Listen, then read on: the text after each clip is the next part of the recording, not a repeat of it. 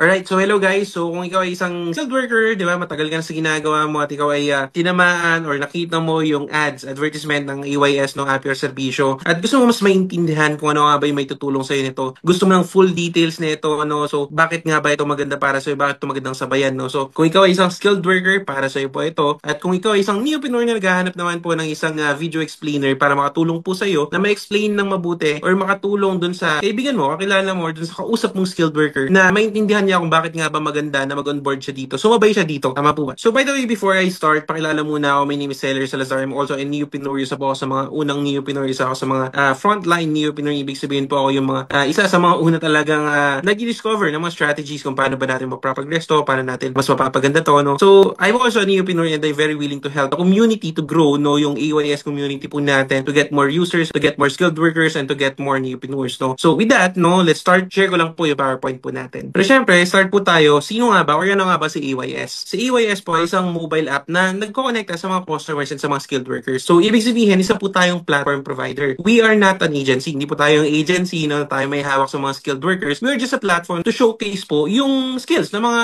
kababayan natin na meron po talagang angking kakayahan, no? So, at the same time, of course, we are a platform po na kung saan ang mga customers, sa mga users po, eventually, tayo na po yung kusang pupuntahan po nila kapag meron sila kailangang service. And of course, ang layunin po ng AYS ay mapagbigay ng pagkakataon sa mga kapwa nating mga Pilipino na kumita mula sa mga sarili nilang talento, kakayahan at kasanayan. So ngayon, bakit nga ba ginawa itong si EYS? Bakit nga ba gumawa ng isang platform na nagko-connect sa mga customers and sa mga skilled workers? So simple lang po, no? Ito yung mga challenges na sinusolve po natin when it comes to services industry. Unang-una po is the inconvenience on availing services. Ang normal na approach po para tayo po ay maghanap, no, ng mga services na kailangan natin is through referrals, di ba? Usually nagtatanong tayo. Nowadays, merong Facebook. Pero at the end of the day, there are so many factors kung bakit hindi pa rin ito yung pinaka-the best. Hindi pa rin ito yung pinakamagandang way para maghanap ng isang service na kailangan natin. So, with AYS, no, itong provide po natin, we will solve it by convenience at their fingertips, no? So, ibig sabihin po, sa AYS po, mas madali na po na maghanap ng kahit anong service na kailangan mo. Parang Shopee, di ba? Pag meron ka kailangan product, di ba? Hindi mo na kailangan maghanap sa kung ano-anong platforms, hindi mo na kailangan pumunta sa kung ano-anong shop, di ba? But rather, ang gagawin mo na lang, is-search mo na lang yung product na kailangan mo dun sa platform nila and then malalaman mo na kung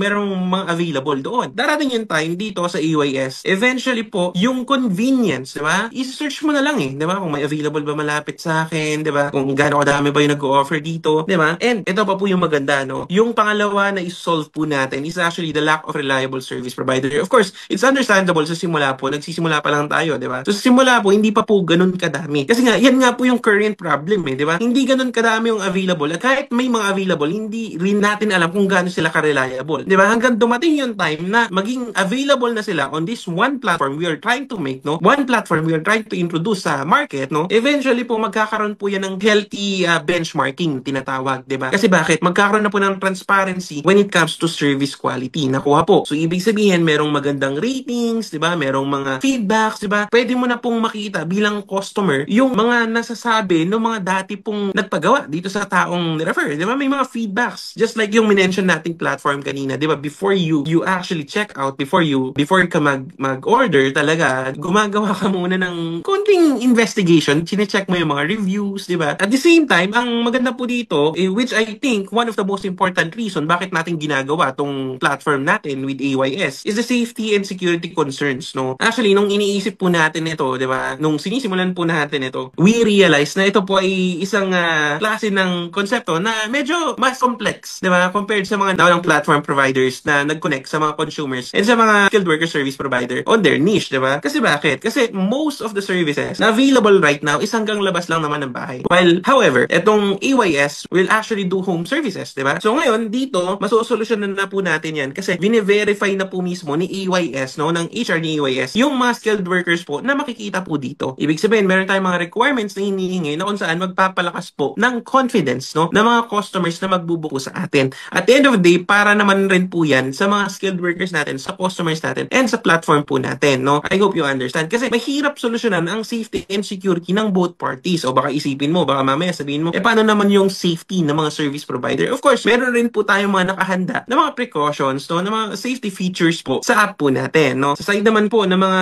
service provider, of course, ang maganda po dito, they can actually be secured kasi napagdaanan na rin naman po yan sa mga previous mobile apps kung paano po nila nilagpasan yung mga fake bookings, 'di ba? Paano nila nilagpasan yung mga bogus, 'di ba? Bogus buyer, 'di ba? So with that, no, mas na-strengthen na po natin yung walls natin, no, yung mga protections natin on both ends, on both parties, no. Next, ito naman po yung isa pa po na importante, no, yung limited consumer choices, no. Well, of course, in connection with the inconvenience, no. Let's say may nakilala ka, pero dahil nga medyo mahirap na maghanap, no. Kumbaga, yun na yung nahanap mo eh, 'di ba? Ang hirap na pong mamili. Tama po ba? Hindi mo na kasi ma-check, hindi ka na makapamili kung meron bang mas okay, meron bang mas fit on your peace of mind, meron bang mas fit sa kagustuhan mo, 'di ba? Kasi hindi naman laging mas mura lang pipiliin natin. Minsan mas gusto natin yung mas malapit sa atin, minsan ang concern natin availability, depende, 'di ba? So technically, this will now be solved kasi meron ng freedom in pricing. Note po na hindi po si AYS yung magsasabi ng pricing ng mga services. Okay, ibig sabihin kung ikaw ay isang service provider, kaya nga nasabi natin, kayo po magde-decide niyan, kayo po bahala maglagay diyan, no, kung ano po yung gusto niyong presyo, no? Kasi at the end of the day, may mga customer po na meron po silang kanya-kanyang preference. Tama po ba? Naniniwala po ba kayo doon? Kasi it doesn't mean pinakamura, di ba? Sobrang affordable, doesn't mean yun yung pinakamaganda. Tama po ba? Sometimes po, meron po mga customers na ang preference po nila is mas premium na pricing kasi feeling nila hindi tinipid yung service. But at the end of the day, hindi po lahat ganun. Ang maganda po sa ating platform is of course, the free market is all there. Kumbaga, diskarte na po nung mga service provider kung paano po nila ima-market yung pricing nila, yung quality of service nila. Depende na po on them. So, yun po yung maganda sa atin. Okay? So, syempre, meron na pong choices yung customers at yung service provider kung saang market po sila mag-aalok ng service po nila. Depende po yan. Next is actually yung time management issues, no? In connection with the variety of choices na pwede po nilang ibigay sa market, diba? Meron po ditong mga service providers na syempre gusto nila ng mas meron silang time freedom, meron silang control on the time na gusto nilang magtrabaho, diba? So again, we are a mobile app na kung saan i-showcase nyo lang po yung service, yung skills na kaya po ninyo. So here on,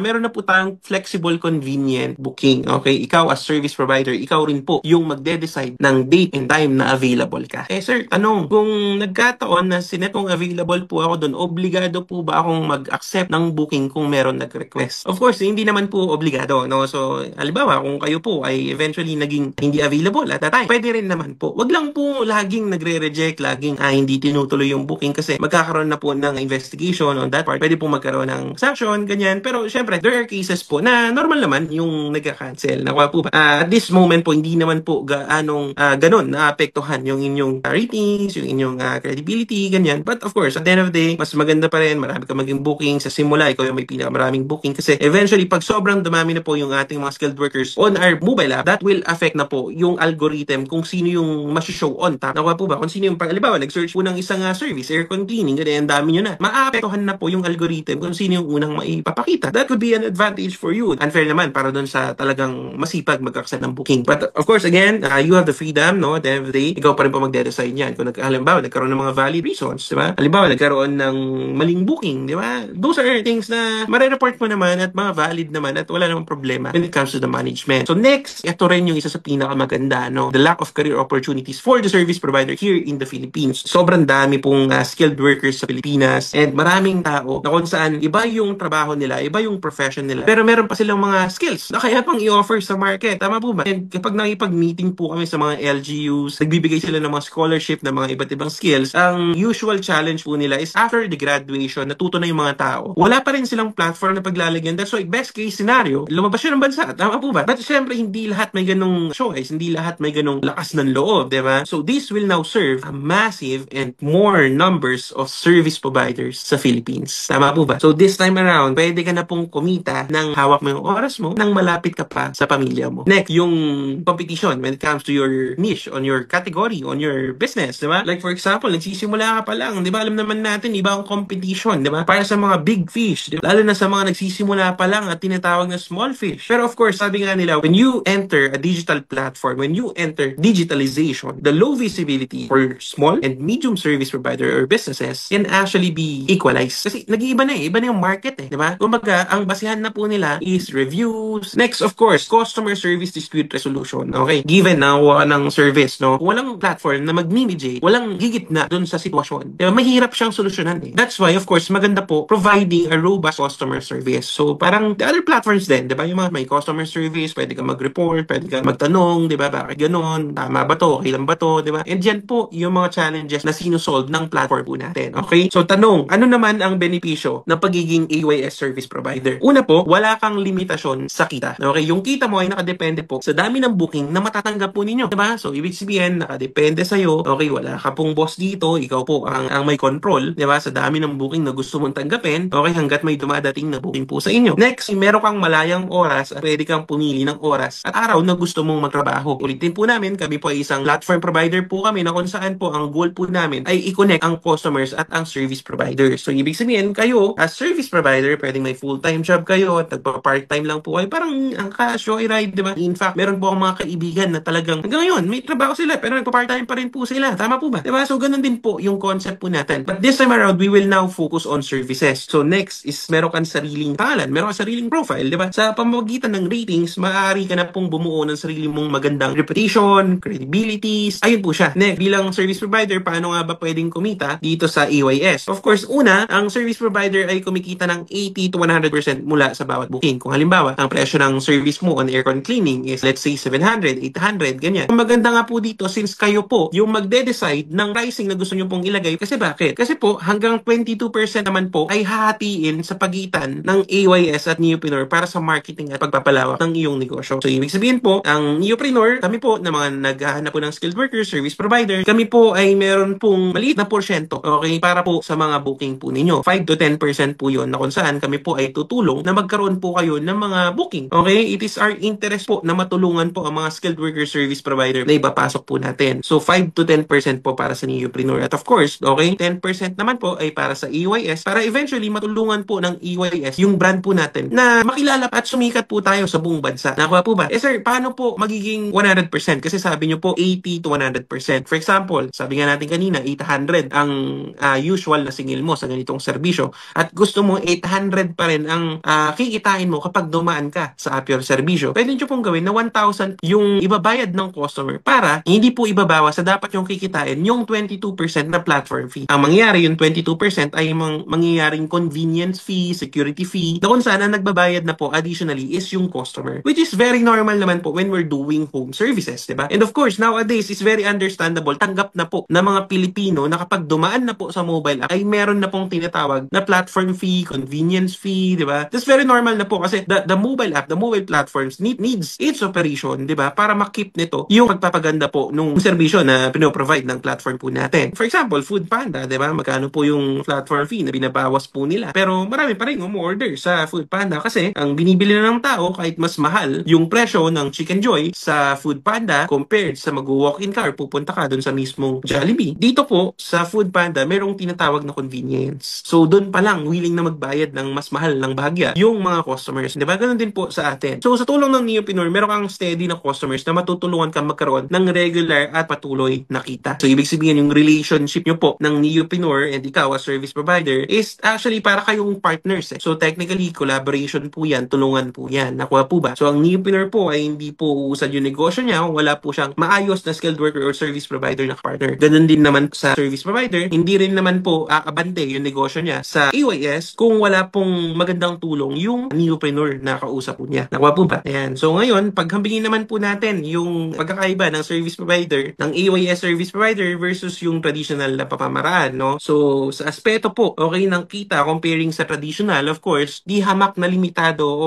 di kaya naman kadalasan ay fix lang po yung pwede nyong kitain dyan. Tama po ba? Kung ikaw ay traditional na negosyante or kung ikaw ay traditional na nagtatrabaho, trabahante. Ngayon, sa EYS service provider po ay may pagkakataon ka na ibahin or pagandahin, kita mo, nakadepende po sa sipag at number ng bookings na tinatanggap po ninyo. Kung pag-uusapan naman po natin yung oras ng pagtatrabaho or pag ninegosyo nyo, pag nagtatrabaho ka, trabahante ka, nakapako ka po sa 8 oras or kung nagnegosyo ka naman, of course, naapektuhan naman ang renta mo. Depende sa oras ng operations ng negosyo mo. So dito sa EYS, mas flexible ka na po ngayon. Kasi wala ka na pong epekto sa renta, di ba? Wala na epekto sa pagbabayad sa mga tao, ganyan. Di ba? Kasi magkakaroon ka na po ng tinatawag na upgrade, no? Ng expansion on a digital platform, di ba? Usually, ikaw ay isang negosyante, di ba? At ang ginagawa mo ay mag-expand ka ng iyong negosyo. Magtatayo ka ng bagong branch mo, mag-hire ka ng mga bagong tao, di ba? So, in that way, kung ikaw ay mag-extend pa ng mas maraming oras na bukas ang iyong negosyo at nag-o-offer ng mas maraming oras para sa iyong serbisyo, apektado pa rin po yung operations, expenses po ng negosyo po ninyo. Tama po ba? Pero kung ipapasok na lang po natin dito sa platform ng EYS yung expansion na susubukan matutulungan po natin. Less risk po para sa negosyo po ninyo. Tama po ba? Ngayon, ang maganda po dito, yung pag-unlad ng karera, di ba, mapanegosyo yan, mapatrabaho yan, alam po natin hindi po ganun kabilis yan. Tama po ba? Di ba? Kasi marami po ako nakakausap, ang tagal na po nila sa negosyo or ang tagal na po nila sa ganun trabaho, sa karera, sa industriya, kung saan sila magaling. Yung iba talagang dekada na, ganyan. Yung iba nga po magdadalawang dekada pa. Pero alam yun, normal scenario po na medyo paulit-ulit lang at paikot-ikot lang po yung nangyayari. Why not this time around, subukan nyo po mag-AYS. Kasi dito, mas mabilis ang growth opportunity po ninyo sa karera po ninyo. Kasi syempre, merong competitiveness na tinatawag, di ba? Nakadepende sa competitiveness nyo po bilang service provider kung gaano po kaganda yung pwede nyo pong ikaunlad sa karera po ninyo, di ba? Nakadepende rin po sa magiging reviews po ninyo kung ikaw ay talagang kampante, kumpiyansa sa iyong gawa, sa iyong presyo na talagang panlaban po yan sa merkado. Naniniwala po tayo na talagang uunlad po kayo dito. Tama po ba? Sa iyong kalayaan at control naman po, no? Kontrolado ng employer kung ikaw ay isang trabahante, kung ikaw ay isang namamasukan, tama po ba? Di ba? Bakit? Or syempre, kung ikaw ay isang negosyante, okay? Kontrolado ka naman ng iyong OPEX, di ba? Kasi yung operation expenses mo ay malaking factor sa iyong control. Tama po ba? Sometimes you want to expand, pero if it will affect, di ba? On the side ng rations, di ba? On the side ng mga cash flow mo, maapektuhan po yung control mo dyan, di ba? Yung decision making mo dyan. So, sir, bakit po? And of course, ang maganda po sa EYS, okay, pag naging service provider po kayo, mapa-company or mapa-individual, ang maganda po dito, ikaw po ang may control. So, sir, bakit po pinapakita nyo yung advantage ng isang service provider, mapa-company or mapa-individual? Of course, we don't want the company to think na tayo ay kanilang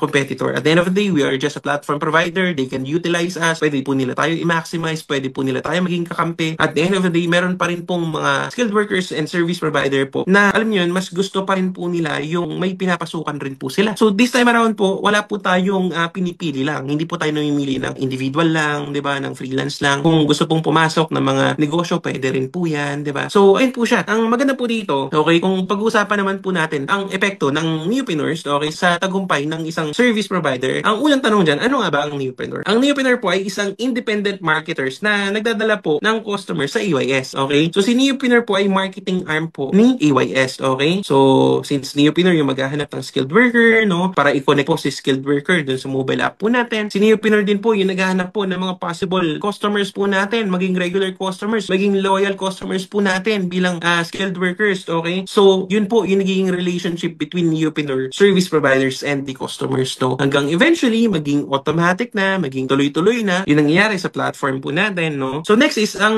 additional benefits po ng newpreneur is, sila yung magmamarket, ikaw ang magbibigay ng service. Ang maganda naman po doon sa part po ng newpreneur, sobrang minimal lang naman po yung magiging cut po nila, okay? Which is 5 to 10%. Ang maganda po dito, of course, ikaw as a service provider, mapa-company ka, mapa-skilled worker ka, ng individual, okay, 80% po yung chunk mo. Additional benefit, mas madali mong mapapalaki ang iyong kita nang hindi ka nag-aalala sa paghahanap ng customer. Kasi bakit? Yung newpreneur po is interest niya po na magkaroon ka ng booking. Kasi bakit? Doon po siya pwedeng kumita. Nakuha po ba? So talagang magtutulungan po kayo. Okay, it's only fair na ang isang skilled worker ay meron pong mas magandang kita sa newpreneur. Pero syempre po, ang maganda po dito, kung yung newpreneur po ninyo ay talagang merong magandang nakalatag na programa para kayo po ay talagang maging in demand sa market, kayo po ay talagang magkaroon ng mga customers na ikaw na mismo yung nagsasawa. Depende na rin po yan sa inyong magiging usapan, magiging arrangement, no? So, next, bakit kami naniniwala ng EYS ay mag-i-scale, no? Ito po yung mga dahilan dyan. Siyempre po, tayo po ay nagsusolve ng isang problema. At hindi lang basta problema. Ito po ay buwanan, lingguhan, at hanggang sa pang-araw-araw pang problema. So, ang maganda po dito, dahil merong massive underserved market, okay? Merong service economy which is crying out for digital transformation. Marami na po akong mga nakakausap na mga tao na talagang naghahanap na po sila ng ganitong plan. But of course, with the lack of resources, with the lack of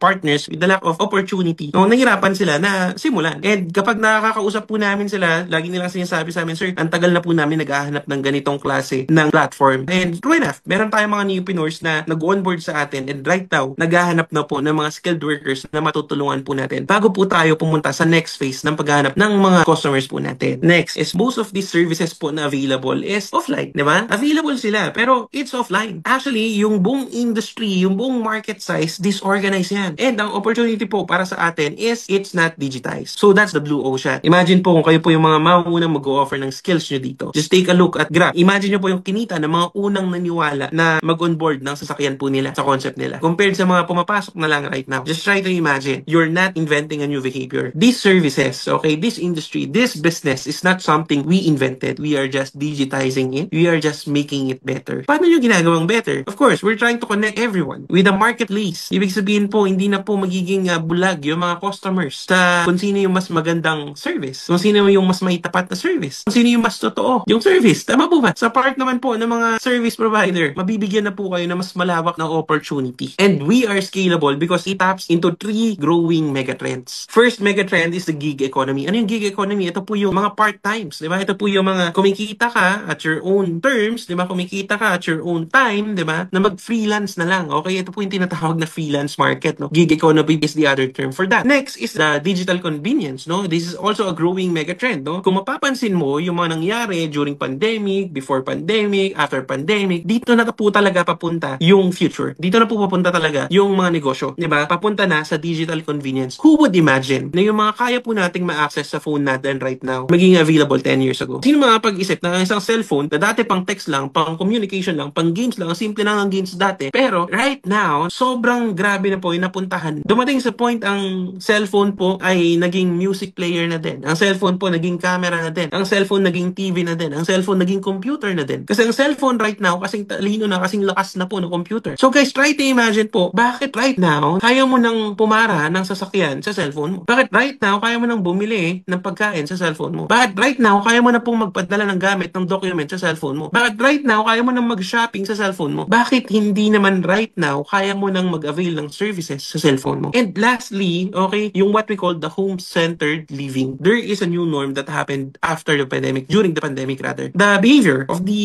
people, okay, nagbago po yan. Diba, maraming tao po ang talaga pong bago. Yung pananaw po nila, yung kanila pong pamamaraan when it comes to their daily lives. Meron ako nabasa before, sabi niya, there is no industry immune to digitalization. Pag digitalization na po ang pumasok, ang nag-take over, ibang usapan na. It's either sasabay ka, lumaki yung digital platform, or mapag-iiwanan ka kahit gaano ka pa kalaki nung magsimula mag-take over yung digital platform. And of course, lastly, ito po yung tanong ng karamihan. So, paano nga maging AYS service provider? Of course, unang step mo po is mag-register po sa ays.ph at mag-download ng AYS application. Ayan, visit lang po tayo dito sa ays.ph. Ayan, PH, and then become a service provider. Kung individual ka, freelancer ka, dito ka po pupunta sa as freelancer, of course. Kung ikaw naman po ay isang company, click mo po yung company. Ngayon, fill up ka lang po dito sa form po natin, no? Pag fill up nyo po dyan, fill upan nyo lang po yung mga importante, and then i-check nyo lang po yung category ng service. Okay? Ngayon, kung hindi nyo po mahanap yung category of the service, okay, lagay nyo lang po dito sa others, no? Kung hindi po nakalista. Okay? Tapos, ilagay nyo na rin yung mga list of services po ninyo dito. Ilagay nyo po yung Facebook link nyo po dyan. Kasi po, syempre, i-gauge po yan ng ating HR. Next is yung pangalan po, next is yung pangalan po ng Neopreneur po ninyo. So, yung name niya, okay? At the same time po, yung email address ng Neopreneur po ninyo. And then, ito po yung mga requirements po natin, no? Ayan, dito sa pangalawang step po natin is kukumpletuhin mo po yung requirements, no? Syempre, number 1 is your valid ID. Okay? Next is police clearance, okay? Or NBI clearance. Kahit ano sa dalawa, police clearance or NBI clearance, yan po yung talagang kailangan po nating ibigay sa ating AYS HR para kung saan yung mga customers po natin confident po sila na dumaan po sa magandang pagsusuri yung ating mga service provider. O, alam po natin na medyo may effort po sa pagkuha po ng police clearance and NBI clearance, pero pagkuha po niyan or pag-provide po niyan ay talaga pong makakapagbigay po ng confidence sa mga customer po ninyo. At kami po bilang Neopreneur, talagang masasabi po namin ng maganda sa mga pwedeng maging customer po ninyo na kayo po ay talagang certified at verified po ng AYS. Next is yung proof of profession po ninyo. Okay, sa proof of profession po, pwede po yung COE, company ID, no? Kapag technical service po yung ina-applyan po ninyo, pwede po yan ng NC2, NC3,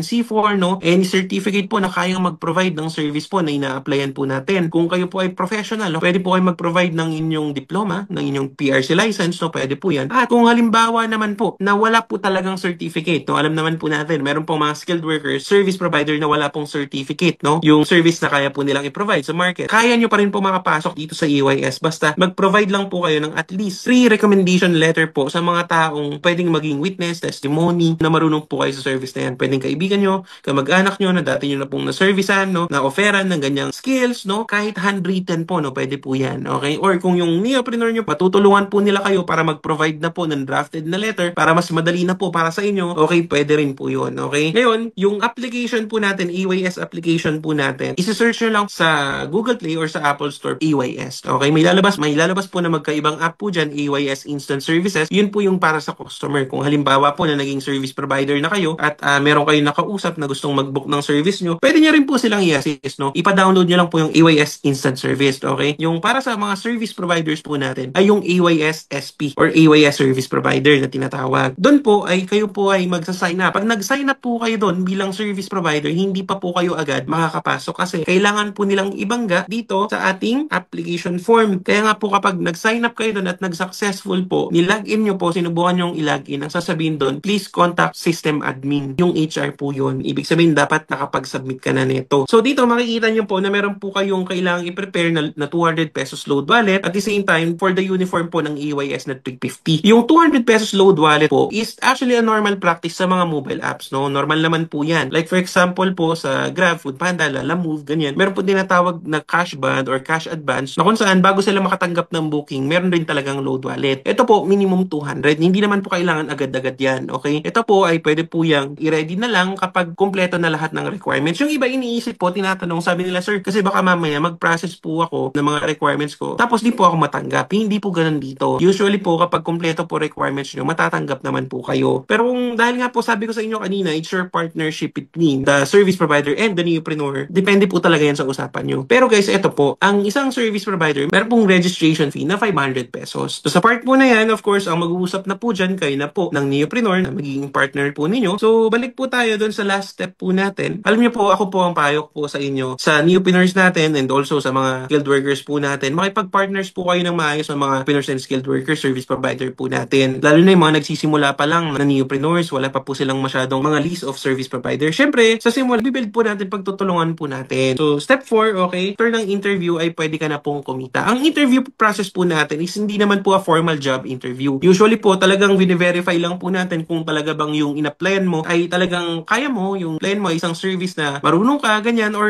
like for example, yung mga anong gagawin mo kapag may mga na-encounter kang customers, no? Yan po yung mga ating pinagdadaanan sa interview. Wala pong bumabagsak na kompleto requirements tapos talaga namang maayos naman po yung pagkakabangga nung ina-applyan niya. So, syempre, yung attitude po, importante pa rin po yan, di ba? Kasi nga po, makikisalamuha tayo sa mga tao. Kung sa interview pa lang po, ganyan, medyo hindi na po maganda yung kinalabasan, may chance rin po na hindi, Kasi at the end of the day, we are a platform provider, di ba? So, syempre, we want to offer sa yung customer, yung mga maayos pa rin po at mga magagandang attitude na service providers. Pwede na po kayong maging service provider, pero kung meron man po akong huling iiwan sa inyo para sa mga neopreneurs na nagsisimula po na i-connect yung mga service providers sa EYS or sa mga service providers, skilled workers po na interesado pong maging part ng EYS. Alam nyo po, itong opportunity na ginagawa po natin right now ay isa sa napakagandang opportunity na pwede nyo pong sabayan right now. This is a billion peso company that's waiting to be filled, no? So ito po ay aabot po talaga ng billion peso valuation. Ang tawag po dito ay isang connector model or the bridge economy. It's a middleman game. So technically, marami pong negosyo na kung saan talagang lumaki po talaga sila na napakalaki. Ng platform lang rin po talaga yung pinoprovide nila. Like for example, the transportation, isa po ito sa mga pinakanauna, di ba? For example, the transportation business po, di ba? Meron dumaan sa atin, Uber. Pero after quite some time, di ba, nag-partner up sila with Grab, no? Si Grab po yung nanatili dito sa Asia. Anong pagmamayari ng Grab, ng Uber, di ba? They own a tech platform, no? What they don't own, okay? They don't own cars, the drivers, no? Hindi sila yung may-ari ng sasakyan, hindi sila may-ari ng mga drivers, hindi nila yung empleyado yun. Pero ang naging valuation po ng mga to, let's say yung Uber na lang po, nag-peak po yan ng $90 billion,